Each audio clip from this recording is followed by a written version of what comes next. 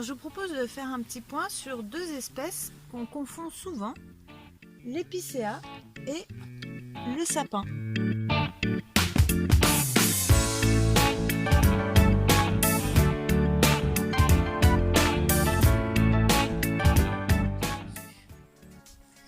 Alors souvent on parle du sapin de Noël. Là je vais un petit peu vous décevoir parce que le sapin de Noël n'est pas un sapin. C'est en général, en tout cas celui qu'on utilisait traditionnellement, un épicéa. En latin Picea abies. Et on va le reconnaître parce que donc il y a plusieurs caractères d'identification qui vont permettre de bien le reconnaître. D'une part, ces aiguilles sont insérées plus ou moins tout autour du rameau, un peu en mode goupillon. Ensuite, ces aiguilles sont pointues, c'est-à-dire que si on passe à rebrousse-poil, ça va nous piquer. Et enfin, si on prend une aiguille individuellement, on va pouvoir la rouler entre les doigts, ce qui veut dire qu'elle a plus de 2 côtés. Elle a 3 ou 4 côtés. Le dernier test, c'est qu'on peut un petit peu la mordiller. Et là, on va retrouver les odeurs de Noël. Et c'est une odeur un petit peu acidulée, citronnée. Alors que le sapin, en latin Abies alba, alors lui, ses aiguilles sont disposées de part et d'autre du rameau, un peu comme un peigne à double rangée. Elles sont arrondies au bout, ce qui fait que même si on le caresse à rebrousse-poil, ça ne pique pas. Elles ont 2 faces, clairement. Il y a le dessus et le dessous. Et le dessus est vert foncé. Et dessous, on va avoir 2 traces blanches. Donc pour se rappeler que c'est du sapin, on se rappelle que les petits lutins ont skié sous le sapin. Et ce sont les traces des skis des petits lutins qu'on peut voir sous les aiguilles. Les 2 espèces sont comestibles, mais avant de les cueillir, il va falloir s'assurer de pouvoir le distinguer de l'if, qui est aussi un conifère et qui est toxique, mortel à très faible dose. Et les risques de confusion les plus grands sont avec le sapin, justement, parce que il y a quelques jours, on voyait le sapin et l'épicéa qui sont comestibles. Et puis ça tombe bien, on n'a pas encore eu le temps de monter la vidéo. Et aujourd'hui, eh bien, on voit de l'if. Et l'if, si vous avez bien suivi, eh bien, c'est le conifère toxique, mortel à très faible dose, avec lequel il ne faut pas confondre l'épicéa et surtout le sapin. Donc, comme je vous expliquais, les aiguilles opposées, comme un peigne à double rangée, elles sont plates, c'est-à-dire qu'elles ont un dessus et un dessous. Ça se voit pas si bien que ça. Voilà, un dessus et un dessous.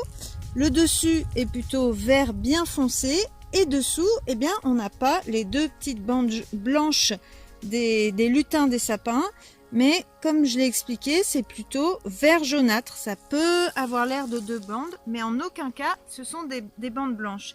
Et puis, dernière chose, eh bien, les aiguilles, elles sont pointues sur le bout. Elles ont même, alors on voit peut-être pas très bien avec la caméra, un petit bout effilé au sommet de chaque aiguille. Enfin, si on prend un rameau et qu'on le froisse, eh bien, ça sent pas du tout la mandarine comme le sapin, ou ça rappelle pas du tout Noël comme l'épicéa. Alors il peut aussi parfois y avoir une autre différence lorsque l'if a ses fruits. Donc chez l'if, il y a monsieur et madame. Et quand madame porte ses fruits, eh bien ce sont des cônes modifiés, ce sont des fruits rouges qui ont un noyau et de la chair, alors que chez l'épicéa et le sapin, ce sont de vraies pommes de pin, avec chez l'épicéa des longues pommes de pin qui regardent en bas et qui tombent entières à terre, et chez le sapin, des pommes de pin qui regardent en haut, mais en général on ne les voit pas parce que ces pommes de pin sont mangées sur l'arbre. Et ce qu'on voit surtout, ce sont plein d'écailles sous le sapin, surtout quand il a neigé auparavant. Alors évidemment, sur l'if, jamais de pommes de pin et parfois des boules rouges. Enfin, le sapin, si on le mordille, lui, il a une odeur, et si on le froisse tout simplement, il a une odeur un petit peu d'orange, de mandarine, alors que au froissement, l'if n'aura aucune odeur spécifique. Alors évidemment, on va pour le sapin, le test va pas être de goûter, hein. On vérifie tous les autres critères avant de mordiller un petit peu. Je vais expliquer que ces deux espèces sont comestibles. Comment est-ce qu'on va pouvoir les déguster? La première manière, c'est au printemps. Donc au printemps, il va y avoir des jeunes pousses aux extrémités des rameaux qui vont être verts beaucoup plus tendres. Et ces jeunes pousses, on va pouvoir les cueillir. Elles sont très juteuses, elles sont très goûteuses. Pour l'épicéa, ça va plutôt être un goût de citron. Pour le sapin, plutôt un goût de mandarine. Et elles sont désaltérantes, du coup, vu qu'elles sont juteuses. Et on va pouvoir tout simplement les grignoter en balade. On va pouvoir aussi faire un sirop. Alors ce sirop, c'est un sirop cru. On les met dans des pots en verre. On alterne une couche de jeunes pousses, une couche de sucre jusqu'en haut du pot. On ferme et on met au soleil dans un endroit bien chaud, par exemple contre un mur exposé au sud. Et on laisse jusqu'au gelé. Et ensuite on peut filtrer et là ça donne un sirop qui est extrêmement goûteux et qui en plus est très bon pour tous les problèmes ORL et notamment les problèmes de toux. On peut aussi l'utiliser comme du sirop d'érable, c'est-à-dire avec les yaourts, avec les fromages blancs, sur les crêpes, pour cuisiner. Il y a une multitude de possibilités en cuisine. Les utilisations ne s'arrêtent pas à ces jeunes pousses, qu'on peut par ailleurs d'ailleurs mettre en salade, dans les rouleaux de printemps, dans des salades de fruits aussi, on peut les hacher bien finement. Tout au long de l'année, on va pouvoir cueillir les rameaux. Donc là, on cueille par exemple, tac, un morceau de rameau comme ça.